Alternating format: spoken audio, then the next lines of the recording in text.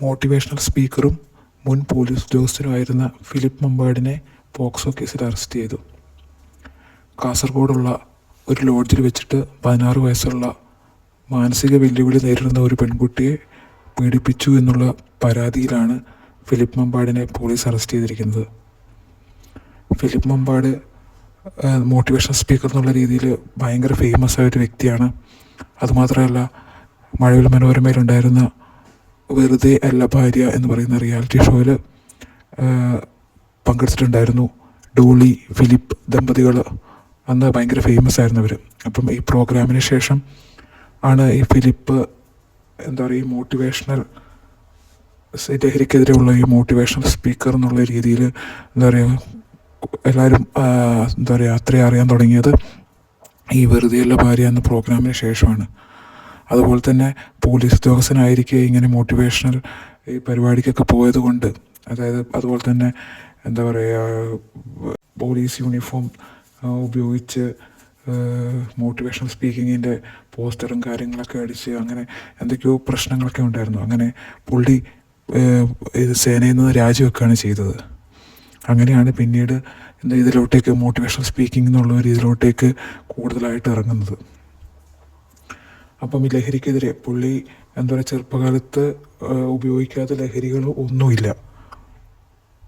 പുകവലി, മദ്യപാനം എന്ന് പറഞ്ഞ എല്ലാത്തിലും പുള്ളി ഉണ്ടായിരുന്നു. കല്യാണം കഴിഞ്ഞപ്പോഴും പുള്ളി മദ്യപാനിയായിരുന്നു. പക്ഷെ ഭാര്യയോട് കള്ളം പറഞ്ഞു എന്നാണ് അറിയുന്നത്. അതുപോലെ തന്നെ ജോലി കിട്ടിയതും ഈ പറഞ്ഞ പോലെ തന്നെ സഹോദരി PSCയിൽ അപ്ലൈ ചെയ്തിട്ടാണ്. പുള്ളി ഫുൾ ടൈം മദ്യപാനവും കാര്യങ്ങളൊക്കെ ആയിട്ട് നടന്നൊരു വ്യക്തിയാണ്. അപ്പം സഹോദരിയാണ് ഈ പറഞ്ഞ പോലെ PSCയിൽ അപ്ലൈ ചെയ്യുന്നതും. അതും ഫിലിപ്പ് തലേ ദിവസം മദ്യപിച്ച് ഈ ക്ലാസ്സിൽ ഈ പരീക്ഷാ ഹാളിൽ പോയി കിടന്നു. അതിനുശേഷം പിറ്റേ ദിവസം രാവിലെ എഴുന്നേറ്റ് ആ സ്കൂളിൽ നിന്ന് മുഖം കഴുകി പരീക്ഷ എഴുതി. പക്ഷേ സംഭവം കിട്ടി, പോലീസ് സേനയിൽ ജോലി കിട്ടി.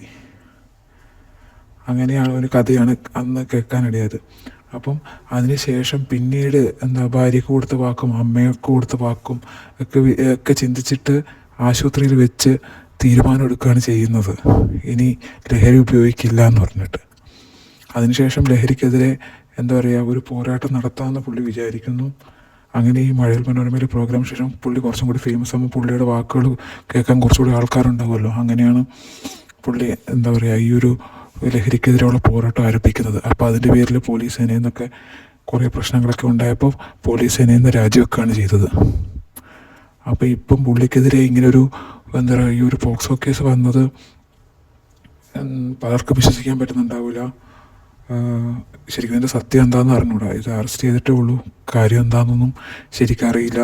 ആരെങ്കിലും കുടുക്കിയതാണോ അതും അറിയില്ല. ഇപ്പോൾ ഈ മാഫിയക്കൊക്കെ എതിരെ പോരാടുമ്പം ശത്രുക്കളുണ്ടാകുന്നത് സ്വാഭാവികമാണല്ലോ, ലഹരി മാഫിയക്കൊക്കെ എതിരെ പോരാടുമ്പം. അപ്പോൾ അവർ കുടിക്കുന്നതാണെന്ന് അറിയില്ല. എന്തായാലും ഇനി വഴിയെ കാര്യങ്ങൾ അറിയാൻ പറ്റുള്ളൂ, പുള്ളിയെ കുടിക്കതാണോ അല്ലെ ശരിക്കും സംഭവിച്ചിട്ടുണ്ടോ എന്നൊക്കെ ഉള്ളത്.